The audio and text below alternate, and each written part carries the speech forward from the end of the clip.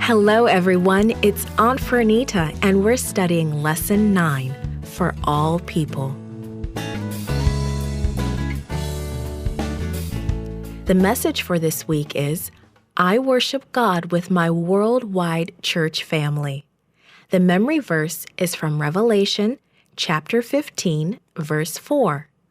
All nations will come and worship before you. Have you ever had a special guest come to your church? Was that person a well-known preacher or singer? The Israelites invited an extra special guest to their new church, God. He even promised to live in their temple. Solomon's eyes sparkled. It was finished. All the furniture was in the right place. Every detail was complete. It was time now to dedicate the temple to the Lord. Solomon called the leaders of all the tribes and families of Israel to come to Jerusalem. The first part of the dedication involved bringing the ark to its new home in the temple. Everyone watched as the priests, they carried it slowly with great respect and joy to the temple. King Solomon and the people sacrificed sheep and oxen along the way. In their joy, they sacrificed so many sheep and oxen to the Lord that no one could keep count.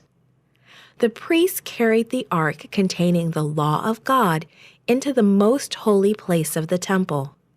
They set it carefully beneath the wings of the two great carved golden-covered angels. Then all the Levites, who were musicians, stood near the altar playing their instruments, cymbals and harps and lyres.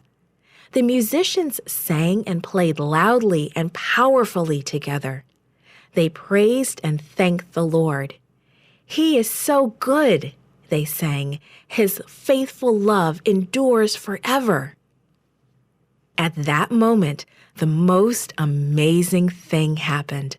A great cloud filled the temple. The cloud held the glorious presence of the Lord. The priests could not continue their work. They had to leave the temple because of God's glory. Solomon saw the cloud and his heart swelled with thankfulness. The temple was finished and the Lord had moved in. He turned around and looked at all the Israelites standing before him. "Blessed be the Lord, the God of Israel," he shouted. Then Solomon knelt down. He lifted his hands toward heaven in front of all the people. He began to pray. "O Lord, God of Israel, there is no God like you in all of heaven or earth. You keep your promises and show unfailing love to all who obey you. May you watch over this temple both day and night.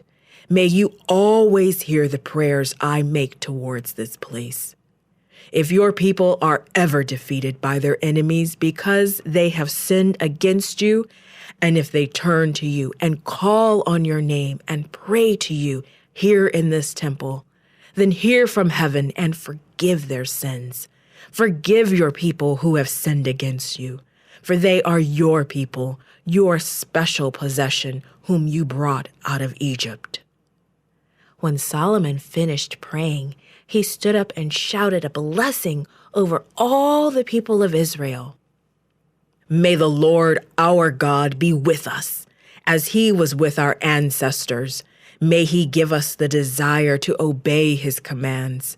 May people all over the earth know that the Lord is God." Then the king and all the children of Israel offered sacrifices to the Lord. Solomon and the Israelites celebrated together for 14 days. No one would ever forget it.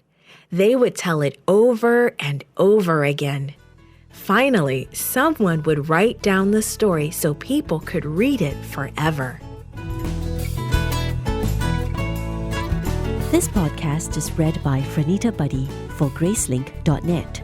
Created and produced by Falvo Fowler. Post-produced by Faith Toe at Studio El Piso. The theme music is by Clayton Kinney. Animation and artwork by Giogo Godoy. The audio engineer was Karel Holness. For more information, please visit gracelink.net.